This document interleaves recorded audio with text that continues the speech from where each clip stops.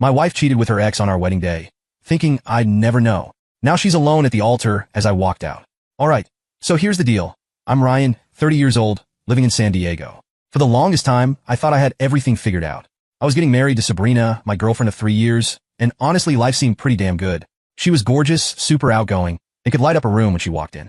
Everyone who met her would say things like, "Man, you're lucky," and I believed them. I mean, who wouldn't? On paper, she seemed perfect. We planned this big wedding, like I'm talking all out, beachfront venue, fancy catering, a live band. You name it, we had it. It wasn't cheap, but I thought it was worth it. You only get married once, right? Well, at least that's what I thought at the time. But about a week before the wedding, Sabrina started acting different. At first, I brushed it off. Weddings are stressful, you know? Between the guest lists, the decorations, the seating charts, it's a lot. But her behavior wasn't just stress. It was something else. She'd suddenly get super secretive with her phone, like always flipping it over when she set it down or stepping out of the room to take calls. I didn't really say anything at first because, honestly, I didn't want to come across as some paranoid fiancé. That's not me. Then one night, she was in the shower, and her phone buzzed on the nightstand. I wasn't trying to snoop, but the screen lit up, and a name popped up. Jason. For a second, I thought, who the hell is Jason? Then it hit me, it's her ex. Yeah, that Jason. The one she swore was out of her life ages ago. The message wasn't long. It just said, "Looking forward to tonight." That's it. I'll admit, my stomach twisted a little. I mean, why was she making plans with her ex a few days before our wedding? But then I told myself not to jump to conclusions. Maybe it was innocent. Maybe she was helping him out with something. Sabrina's always been the type to help people. So I decided to just ask her. Later that night, when she was out of the shower and we were getting ready for bed, I said, "Hey, so Jason texted you earlier.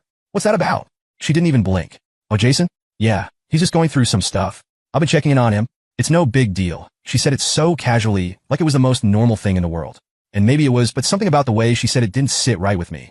I didn't push though.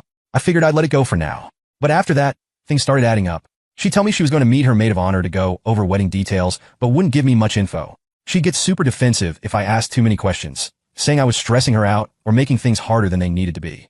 I'll admit, I started to wonder if I was overthinking things. Like, was I being that guy? The one who turns every little thing into a big deal? I didn't want to be that guy. Still, the phone thing kept bothering me. It wasn't just Jason. She'd get a ton of texts, and every time, she'd immediately hide her phone or act like she didn't hear it. One time, I even joked, "What, you got a secret admirer or something?" She just laughed it off, but the way she avoided eye contact? Yeah, that stuck with me. Then came the night that really kicked things up a notch. Sabrina told me she was meeting her maid of honor, Grace, at a cafe to finalize some wedding stuff. It sounded normal enough, and I didn't think twice about it. I stayed home, watched some TV, and was just about to crash when my best man Eric called. "Yo, Ryan, are you busy?" he asked, sounding kind of hesitant. "No, what's up?" I replied, a little confused. He paused for a second. "Look, man, I don't know if I should say anything, but I'm at your man bar right now, and I just saw Sabrina here." "Okay," I said, not really understanding the problem. "She's not with Grace," Eric said slowly. "She's with some guy, and I'm pretty sure it's Jason." That caught my attention. "Jason? Like, her ex-Jason?" "Yeah, man, they're sitting in a booth in the corner. It doesn't look like they're talking about centerpieces, if you know what I mean." For a moment, I didn't even know what to say. Sabrina was out with her ex at a bar when she told me she was meeting her friend? What the hell was going on? Eric must have sensed my silence because he added, "I'm sorry, dude. I thought you should know. I can send you a picture if you want." I told him to send it, and when it came through, my heart dropped. There she was sitting way too close to Jason, her hand on his arm, laughing like they didn't have a care in the world. I thanked Eric and hung up. After Eric's call, I couldn't get the image of that photo out of my head. Sabrina and Jason sitting in that booth, way too close, way too comfortable. She wasn't just meeting up with an old friend. It looked intimate, and we both knew it. I stayed up half the night trying to figure out what the hell to do. Part of me wanted to storm down to the bar right then, but I knew that wasn't the move. I needed to see this for what it was and not let my emotions take over. The next day, Sabrina acted like nothing had happened. She was cheerful, humming some song while making coffee in the kitchen like she wasn't out cozying up to her ex the night before. "Morning, babe," she said with that same bright smile that used to make me melt. Now it just made me question everything. I played along. "Morning. How was your meeting with Grace?" She didn't even hesitate. "Oh, it was great. We went over some last-minute stuff for the seating chart. She's such a lifesaver, honestly." She sipped her coffee and started scrolling on her phone like it was just another day. It hit me then, she was a damn good liar. The way she spoke, the way she moved, it was all so natural, so confident. If Eric hadn't called me, I would have bought every word. That pissed me off more than anything. I didn't press her right then. I wanted to see how far she'd take the lie. So I asked, "Did you guys stay at the cafe the whole time? Seemed like you were out pretty late." "Oh yeah," she said casually. "We stayed there for a while, and then I dropped her off at her place. It was just a long night." "A long night, huh?" I nodded, biting my tongue to keep from saying something I'd regret. Later that day, I called Eric to get more details. "What else did you see? Did they leave together?" I asked, trying to stay calm. "Nah, man. They were still there when I left," Eric said. "But they looked real comfortable, like if you didn't know she was engaged. you'd think they were together. That stung. I thanked him and hung up, but my head was spinning. I couldn't just let this slide, but I also didn't want to jump the gun. That evening, Sabrina told me she was going out again, another wedding errand with Grace. This time I wasn't letting it go. Cool, I said, trying to sound nonchalant. Where are you guys meeting? Just at her place, she said quickly, grabbing her purse. Something about the way she answered made me pause. All right, say hi to her for me, I said. She gave me a quick peck on the cheek and walked out the door. As soon as she was gone, I grabbed my keys and called Eric. I'm going to Shoreline, I told him. Dude, are you sure? What if she's not even there this time? I have to know, I said. I parked a block away from the bar and walked in, trying to keep my cool. The place was crowded, the usual mix of college kids and locals. It took me a minute to spot her, but there she was back in the same corner booth with Jason. They looked even more comfortable this time. She was leaning toward him, laughing at something he said, her hand resting on his. My stomach turned. This wasn't just some innocent conversation. I didn't confront her right then and there. They were in their own little bubble, completely oblivious to the world around them. It was like I didn't even exist. At one point, Jason leaned in close, whispering something in her ear that made her laugh and lightly shove his shoulder. I clenched my fists under the counter, trying to keep myself in check. I stayed for about 20 minutes before I couldn't take it anymore. I left without saying anything, drove home, and sat in my car for what felt like hours. I didn't know what the hell I was supposed to do. We were getting married in a few days. How do you even begin to deal with something like this? By the time Sabrina came home, I calmed down enough to play it cool. She walked in all smiles and said, "Hey, Grace says hi, by the way." I nodded, barely looking up from my phone. "Oh, cool. Did you guys get everything figured out?" "Yep," she said, kicking off her shoes. "Just a few more things to finalize, and we're good to go." I couldn't believe how easily she lied. She didn't miss a beat. That night, I barely slept again. I kept replaying what I'd seen at the bar, trying to make sense of it. How did she dare? Cheating on me? The next morning, I decided I couldn't keep this to myself anymore. I called Eric and told him everything. "Dude, you gotta talk to her," he said. "You can't just let this go. If she's doing this now, what's going to happen after you're married?" He was right, but I wasn't ready to confront her yet. I needed more information, more proof. So I decided to wait and see what she'd do next. Over the next few days, Sabrina kept up the act. She'd smile, laugh, and talk about the wedding like nothing was wrong. But every time her phone buzzed, I felt my blood boil. I knew Jason was still in the picture, and I knew she wasn't being honest with me. By the time the rehearsal dinner rolled around, I was barely holding it together. Sabrina's family was all smiles, talking about how excited they were for the big day. My family, on the other hand, could tell something was off. My mom pulled me aside at one point and asked, "Are you okay? You seem distracted." "I'm fine," I lied. But I wasn't fine. I was furious, and I knew I couldn't let this go on any longer. Alright, so by this point I was done sitting around and letting Sabrina play me. I was tired of the fake smiles, the lies, and her acting like everything was fine when I knew it wasn't. I mean, I'm not an idiot. I could see exactly what was happening. But now it was time for her to see that I wasn't someone she could keep stringing along. The morning after the rehearsal dinner, I woke up feeling like today was the day I'd finally say something. I couldn't keep this bottled up anymore. She was still in bed when I got up, scrolling on her phone like she didn't have a care in the world. I stared at her for a moment, wondering if she even felt guilty for sneaking around with her ex. Did she think I wouldn't find out, or did she just think I'd forgive her no matter what? Either way, she was about to find out she was dead wrong. "Hey," I said, my voice steady. "We need to talk." She looked up, slightly confused but not alarmed. "Sure, what's up?"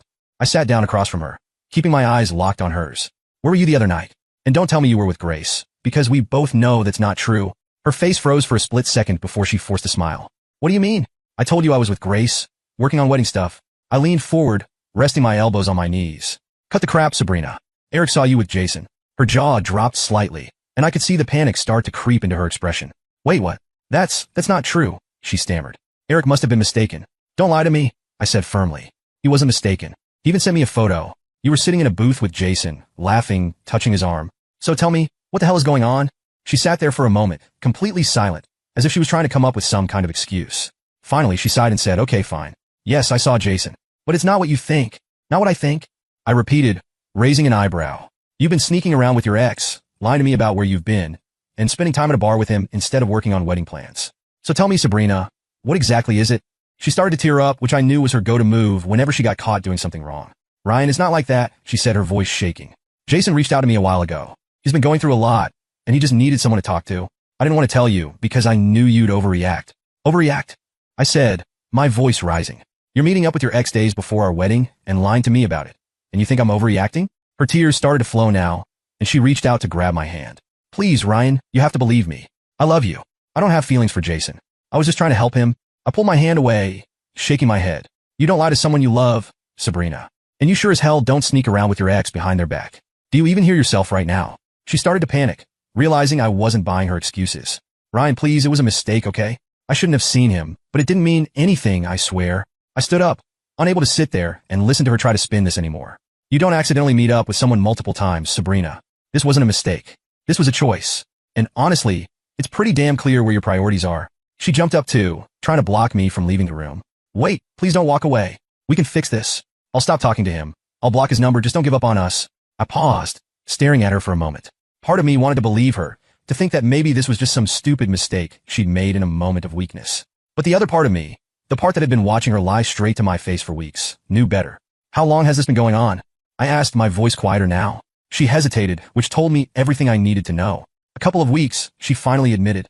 But it wasn't anything serious. We just talked, I swear. I let out a bitter laugh. Do you even hear yourself? You're supposed to be marrying me, and you're sneaking around with a guy you used to date, and you think I'm supposed to just believe it's no big deal. It wasn't like that, she insisted, her voice desperate now.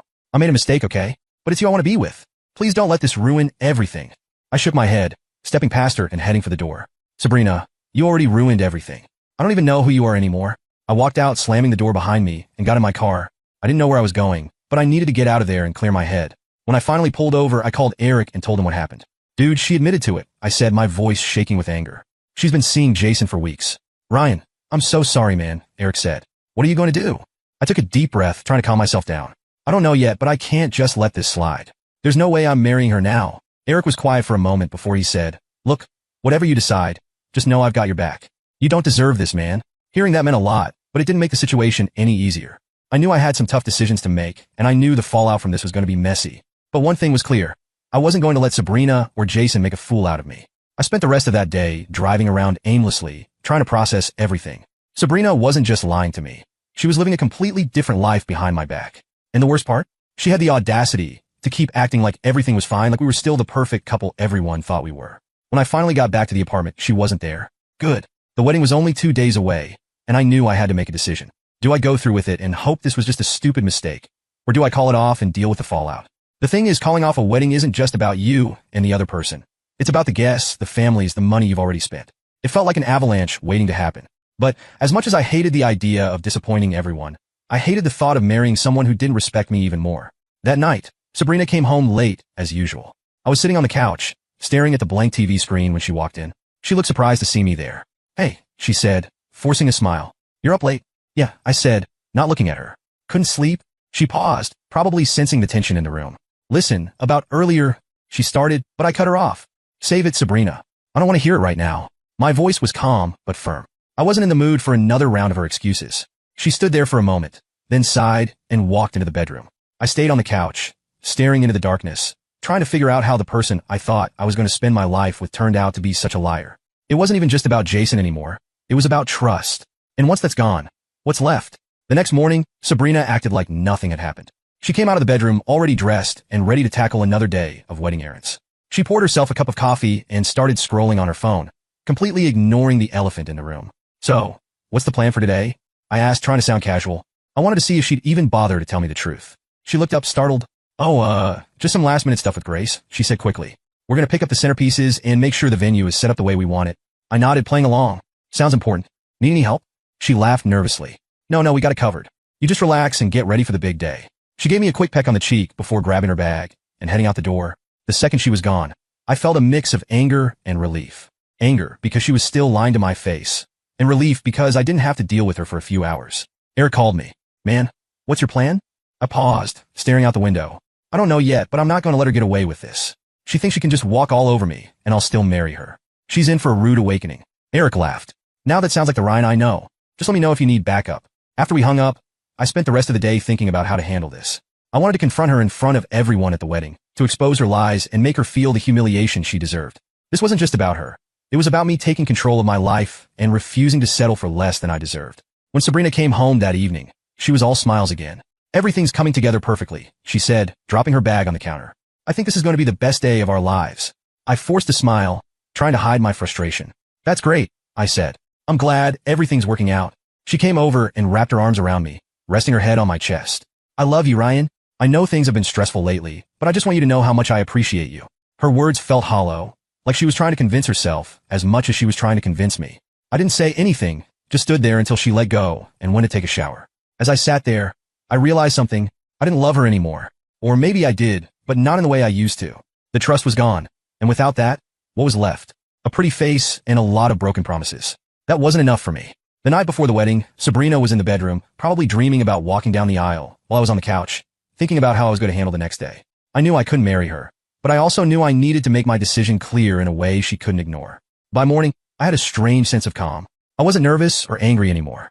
I was just ready to stand up for myself, ready to put an end to this farce, and ready to walk away from someone who didn't deserve me. Sabrina was buzzing with excitement as we got ready to head to the venue. Can you believe it? In a few hours, we're going to be husband and wife, she said, beaming. I forced another smile. Yeah, hard to believe. She didn't notice the edge in my voice, too wrapped up in her own little world. But that was fine. She'd notice soon enough. I played along, answering questions when I needed to, nodding at her dad when he gave me his "don't screw this up" look, and shaking hands with guests as they arrived. It was like I was on autopilot. Inside, I was just waiting for the right moment. When I walked into the ceremony area, the setup was breathtaking. White chairs lined up in perfect rows, flowers everywhere, and the ocean as the backdrop. It looked like something straight out of a magazine. It should have felt special, but all I could think was, how much of this money did I just waste? Guests were slowly filing in, chatting and laughing, oblivious to the disaster brewing. My groomsmen were in place, all looking sharp in their suits. Eric gave me a nod, silently asking if I was okay. I nodded back. No turning back now. Sabrina's family was all smiles, greeting everyone and talking about how excited they were for the big moment. It made me sick. Her dad even came over and patted me on the shoulder. You ready to officially join the family, son? I forced a smile. Absolutely, I said, though the words tasted like ash in my mouth. The music started, and everyone took their seats. Sabrina's bridesmaids made their way down the aisle, looking like they were in some romantic movie. I barely noticed them. I was too focused on what I was about to do. My heart wasn't racing. My hands weren't shaking. I was steady, ready. Then the music shifted to the classic wedding march, and everyone stood. Sabrina appeared at the end of the aisle, her arm hooked around her dad's. All I could see was a liar, a manipulator, someone who had no problem sneaking around with her ex while I was at home planning our future. It was like her appearance was a mask, hiding the person I now knew her to be. She finally made it to the altar, standing across from me with that big, radiant smile. Her dad gave me a firm handshake and whispered, "Take good care of her." I just nodded, too focused on what was about to happen. The officiant began his opening remarks, talking about love, commitment, and the sanctity of marriage. I'd barely heard a word. I was waiting for my moment. He turned to me and asked the first question. "Ryan, do you take Sabrina to be your lawfully wedded wife?" I took a deep breath, looking Sabrina directly in the eye. Her smile faltered slightly as she noticed the look on my face. "I'm sorry," I said, loud enough for everyone to hear, "but I can't do this." The crowd gasped. A few people murmured, and Sabrina's smile disappeared entirely. What are you doing?" she whispered, her voice trembling. I ignored her and turned to the guests. "I need to be honest with all of you," I said, my voice steady. "Sabrina hasn't been honest with me for weeks now. She's been sneaking around with her ex, Jason. She lied to me, lied to her friends, and lied to all of you." The murmurs grew louder. Sabrina's mom looked like she was about to faint, while her dad's face turned beet red. The bridesmaids exchanged shocked glances, and my groomsmen just stood there frozen. Eric, though, looked proud, like he'd been waiting for this moment almost as much as I had. Sabrina grabbed my arm, her eyes wide and full of tears. "Ryan, stop. Please don't do this. You're making a mistake."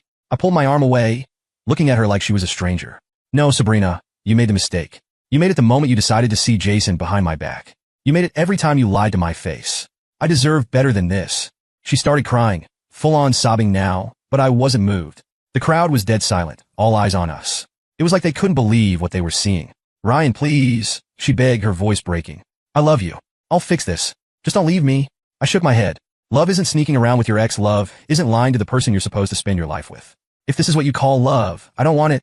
She tried to grab my arm again, but I stepped back. "You can cry all you want, Sabrina, but this is over. I'm done."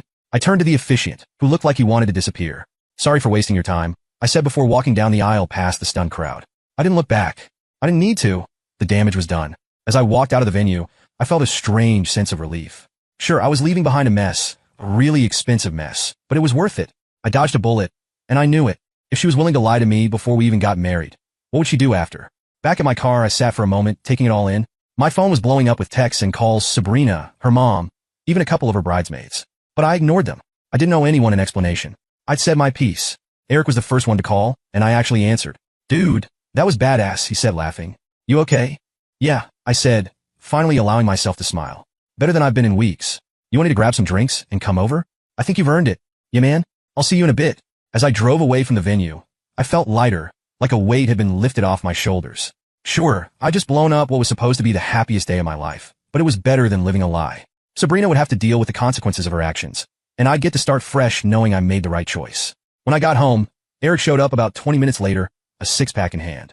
"Man," he said, walking through the door, "that was insane. You really pulled the plug in front of everyone." "Huh." I nodded, slumping onto the couch. "Had to. She left me no choice." Eric cracked open a can and handed it to me. You should have seen their faces. Her dad looked like he was about to charge the altar, and her bridesmaids? They were whispering to each other the whole time, like it was a reality show. I smirked. "Good. Let them talk." She earned it. The voicemails were exactly what I expected. Sabrina's voice was shaky and desperate, alternating between apologies and excuses. "Ryan, please call me back. We can fix this. I know I messed up, but we can work through it." Her mom's message was more aggressive. "Ryan, how dare you humiliate my daughter like that? You couldn't have handled this in private? You owe her an apology." I rolled my eyes and deleted the messages without even finishing them. I didn't owe anyone an apology. If anything, Sabrina owed me one for wasting my time, for lying, for thinking she could get away with it. A few days passed, and the fallout started spreading. Word got around quickly, especially after Eric shared the photo he took of Sabrina and Jason at the bar with a few mutual friends. I didn't ask him to, but I wasn't mad about it either.